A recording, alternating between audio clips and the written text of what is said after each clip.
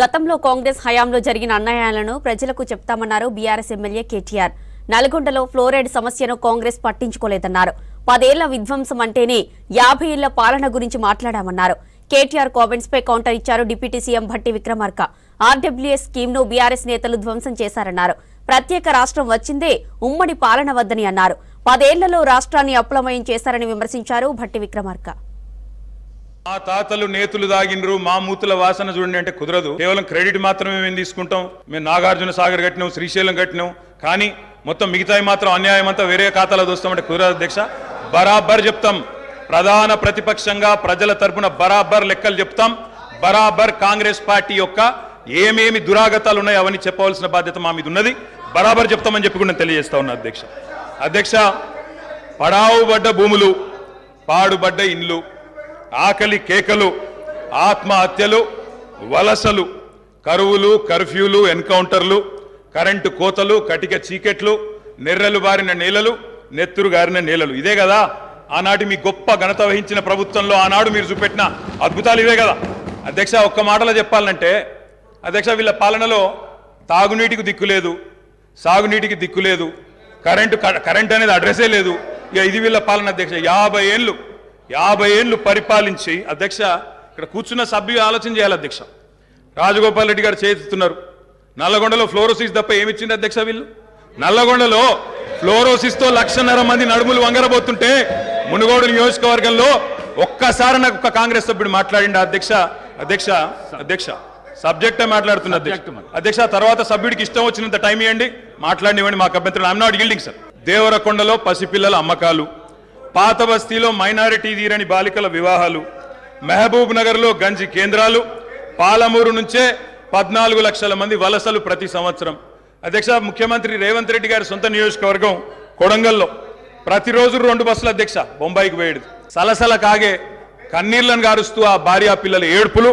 అదేవిధంగా 50 ఎకరాలు ఉన్న రైతైనా సరే అధ్యక్ష, తెలంగాణలో ఆనాడు కాంగ్రెస్ పరిపాలన ఎంత గొప్ప పరిపాలన అంటే అధ్యక్ష, మహబూబ్ నగర్లో 50 ఎకరాలు ఉన్న రైతైనా సరే గుంపు మేస్త్రిగా పనిచేసే దుస్థితి అధ్యక్ష. హైదరాబాద్కి వచ్చి కూలీ చేసుకునే దుస్థితి. ఇది వాస్తవం అధ్యక్ష, వారికి కూడా తెలుసు.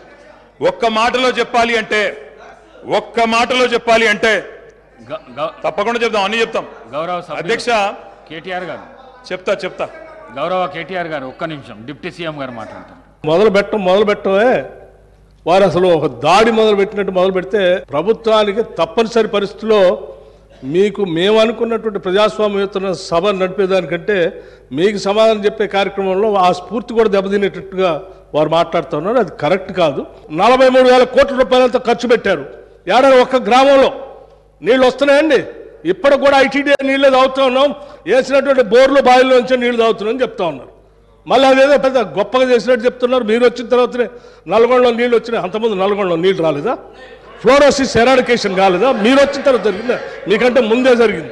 మీరు ఇంకా కట్టినటువంటి ఆర్డబ్ల్యూఎస్ పథకం కింద కట్టినటువంటి సంస్థల్ని, వ్యవస్థల్ని, ఆస్తుల్ని అన్నింటిని కూడా ధ్వంసం చేసి తాళాలు వేసి పనికి రాకుండా చేశారు.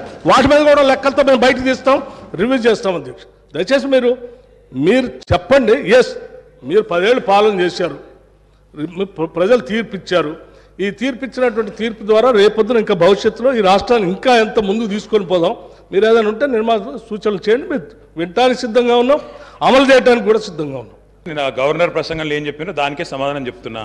10 ఏళ్ళు విధ్వంసం జరిగింది అన్నారు. మరి 10 ఏళ్ల విధ్వంసం గురించి మాట్లాడితే 55 ఏళ్ల విధ్వంసం గురించి మాట్లాడాలన్నా వద్దా? ఇప్పుడు గౌరవ సభ్యులు రామ్మోహన్ రెడ్డి గారు మాట్లాడుతూ రాజశేఖర రెడ్డి గారి పేరు తీసుకున్నారు, గత ముఖ్యమంత్రుల పేర్లు తీసుకున్నారు. పొన్నం ప్రభాకర్ గారేమో ఆంధ్రప్రదేశ్ చరిత్ర మాట్లాడొద్దంటారు. మరి రామ్మోహన్ రెడ్డి గారేమో గతంలో ఉన్న ఆంధ్ర ముఖ్యమంత్రుల పేర్లు తీసుకున్నారు. పేర్లు తీసుకున్నప్పుడు చెప్పకపోతే ఎట్లా అధ్యక్ష? వాస్తవాలు చెప్పాలి, చరిత్ర చెప్పాలి, అర్థం చూపెట్టాలి కదా సార్.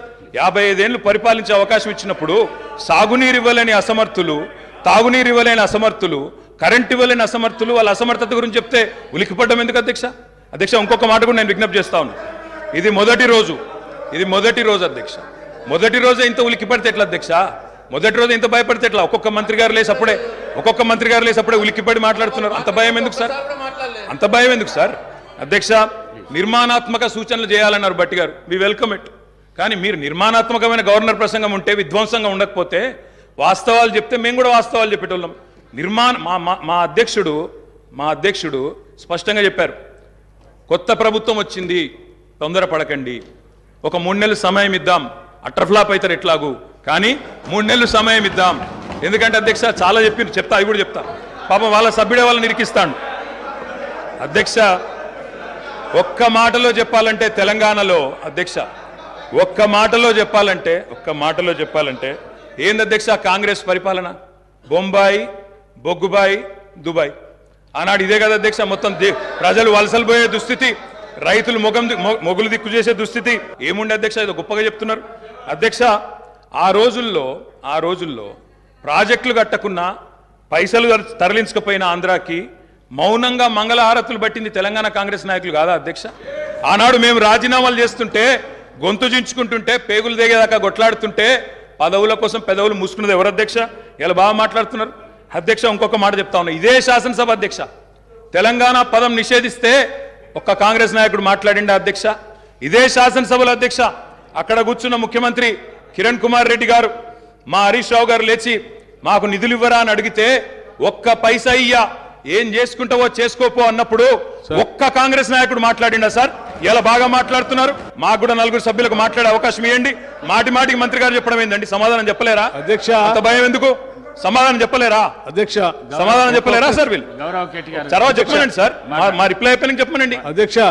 సంపదతో కూడినటువంటి రాష్ట్రాన్ని మీ చేతిలో పెడితే, మిగులు బడ్జెట్తో ఉన్నటువంటి రాష్ట్రాన్ని మీ చేతిలో పెడితే 10 ఏళ్లు బాగు చేయాల్సింది పోయి 5 లక్షల కోట్ల అప్పు చేసి వాళ్ళ అప్పులు రాష్ట్రంగా మార్చిన మీరు అప్పుడు బాగలేదు ఇప్పుడు బాగలేదు అంటారు. బాగుండాల్సింది 10 ఏళ్ళ నుంచి చేయాల్సింది మీరు.